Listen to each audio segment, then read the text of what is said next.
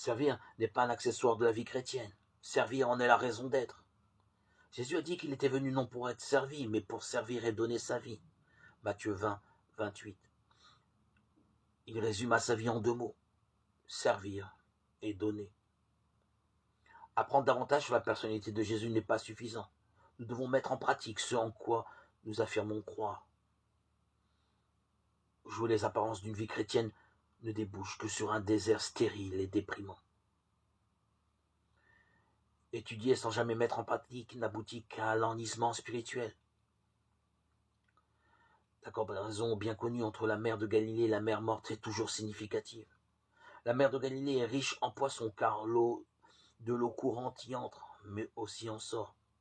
Tandis que rien ne vit dans la mer Morte parce que aucune eau ne s'en échappe. La chose dont nous avons souvent le moins besoin dans notre vie chrétienne est une autre étude biblique. Nous en savons déjà beaucoup plus que ce que nous mettons en pratique dans notre vie quotidienne. Ce dont nous avons le plus besoin, ce sont des occasions journalières de servir les autres, afin de donner enfin un peu d'exercice à nos muscles spirituels. Naturellement, la dernière chose que nous voulons faire est de servir les autres, au lieu de dire « je cherche une autre église qui répondra à mes besoins et à mes aspirations ». Nous devrions prier « Seigneur, indique-moi l'endroit où tu veux que je serve les autres, afin que je sois une source de bénédiction ». Au lieu de nous attendre à être servis par les autres en grandissant dans la connaissance du Christ, nous devons apprendre à servir de plus en plus les autres. Le chrétien mûr doit se demander toujours « Qui a besoin de mes services aujourd'hui ?» Quand allons-nous nous poser cette question? Devenons fluides, telle la mer de Galilée, et ne restons pas dans l'immobilisme, telle la mer Morte. Donnons de notre temps, de nous-mêmes, à ceux qui en ont besoin.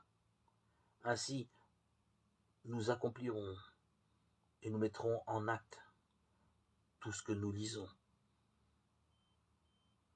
Ne nous laissons pas guider par notre imagination, notre imaginaire, qui nous fait croire que nous sommes sur le bon chemin. Car le diable est toujours là à nous tromper.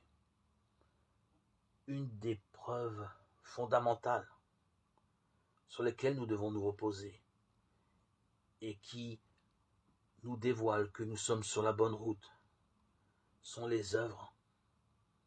Les œuvres, car elles sont les conséquences de nos écritures, de nos lectures.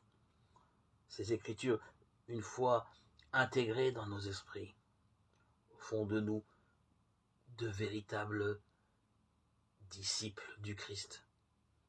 Et nous allons de l'avant, nous marchons, nous courons même pour faire les bonnes œuvres, les œuvres de charité. Faire en un mot, un seul, la volonté de notre Seigneur. Ne restons pas comme des eaux stagnantes et boueuses des marais, mais soyons plutôt une belle clairière, fluide, transparent, où un fleuve de vie la traverse.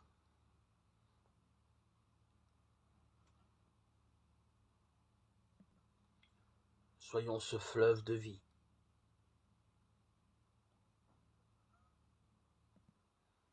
Dynamique, agissant, traversant toutes les vallées.